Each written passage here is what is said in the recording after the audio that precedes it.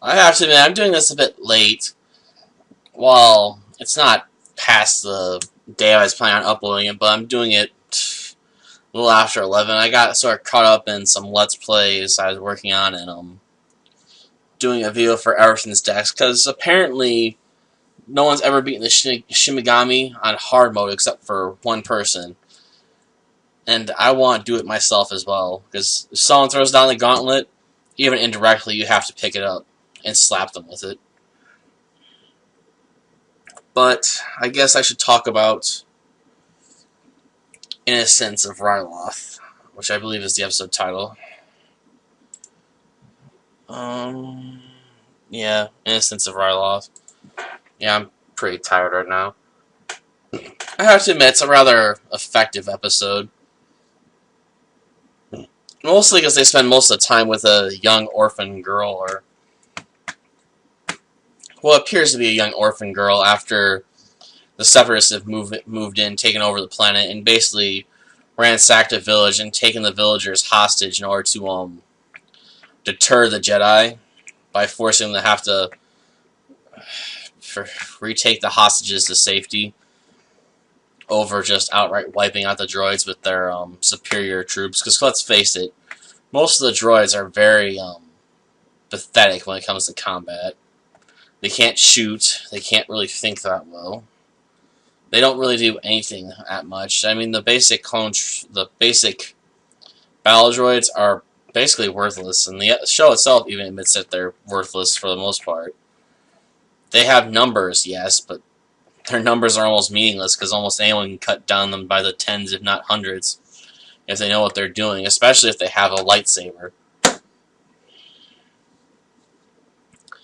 But it's hard to deny the episode is effective when it deals with this girl, well, young Twilight girl, mostly because they're smart enough not to, one, give this little young female character a lot of lines.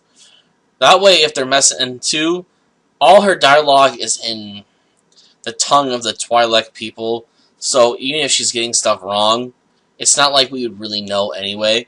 At least most people, I should say, wouldn't know, because most people aren't probably going to be such big fanboys of Star Wars that they've actually decided to learn some of the languages within Star Wars and can recite it perfectly. I'm sure they're out there, but for your average viewer for the show, most of them aren't going to have a clue, and her speaking a foreign language will deter you from being able to pick up on any inflection or tonal inaccuracies to convey what she wants, really.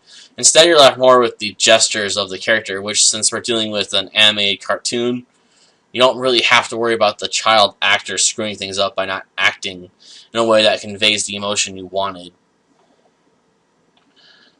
So I have to commend them. Their usage of the young female character in this episode was brilliant. Now, if the person who did the voice acting was young or not, I don't know, and I'm probably not going to look it up because I don't really care. Because it's not really important, considering the character has all of, like, one word that she speaks, well, maybe one word she primarily speaks, and maybe a couple other sentences. So there's just not that much dialogue there to worry about. Not enough to get me interested in finding out more, anyway.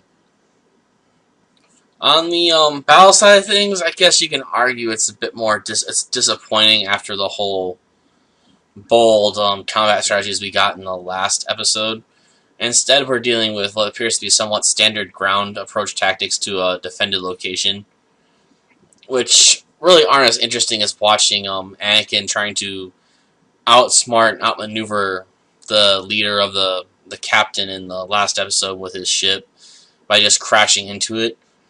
Losing his ship. He lost another ship due to Ahsoka's lack of experience or willingness to follow orders on the grounds that she's good enough to save the mission even when she's outmatched. Those sorts of things are sort of missed here. I mean, you never really feel like the clone troopers are going to fail in this mission, at least. There doesn't feel like there's an imminent threat of failure.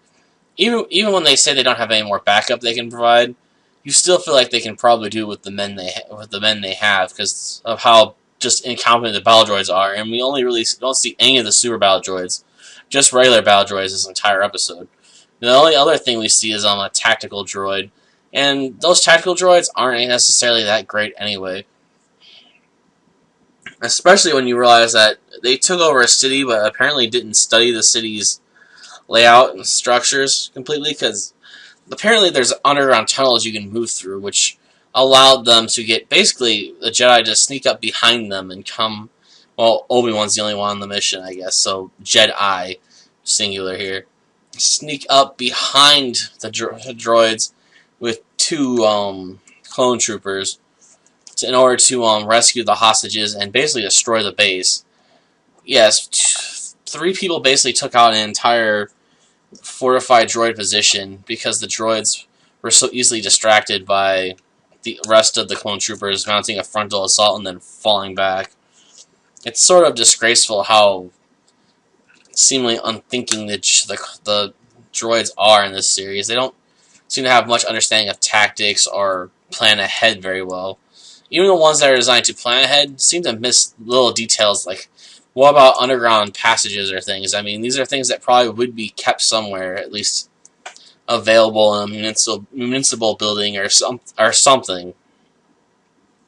And considering all the scanners they have in Star Wars, you can't tell me they couldn't have done some sort of scan from above using their ships to find out that there's tunnels underneath that town that they could use to maneuver, and so they could outflank any attempt to retake it. It seems lazy to me, I guess, that the droids wouldn't have thought of that or been programmed to think of that stuff. Then again, the droids aren't very smart either, which is sort of a running joke within the series. The droids are dumb, and there's just no way any thinking human being could lose to them. Well, I guess it does deliver its overall message very well after all. That war sucks and we never can really understand the true cost of it. And that's definitely truth to that. There's more to war than a cost of resources, money, lives. There's all kinds of hidden costs that most people wouldn't think of, like medical benefits and everything that comes with it, like taking care of the injured or those that suffer post-traumatic stress disorder issues because of their combat experience, I guess. Man, I'm sorry, I'm stumbling over words. I'm tired, getting a headache. I just want to go to bed right now. But I guess that's about it, really. The episode is pretty good when it comes to delivering its message about war sucks. But it's not as good a character building episode, in my opinion, as the last one. Because for the most part, we spent our time with clone troopers and a little girl. And quite frankly, you already know that the clone troopers are going to disappear as soon as the episode's probably over. Or die sometime soon anyway, because they're disposable people.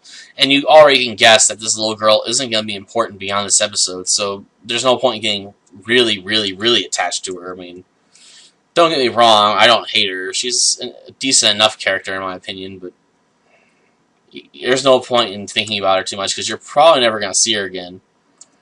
And I don't think they ever do bring her back within the series. Maybe she gets brought back at some point. I don't know for sure. I haven't watched most of Season 3, 4, or 5, or what's up a 6. But I doubt she reappears. I guess, with that all being said, I'm done for today.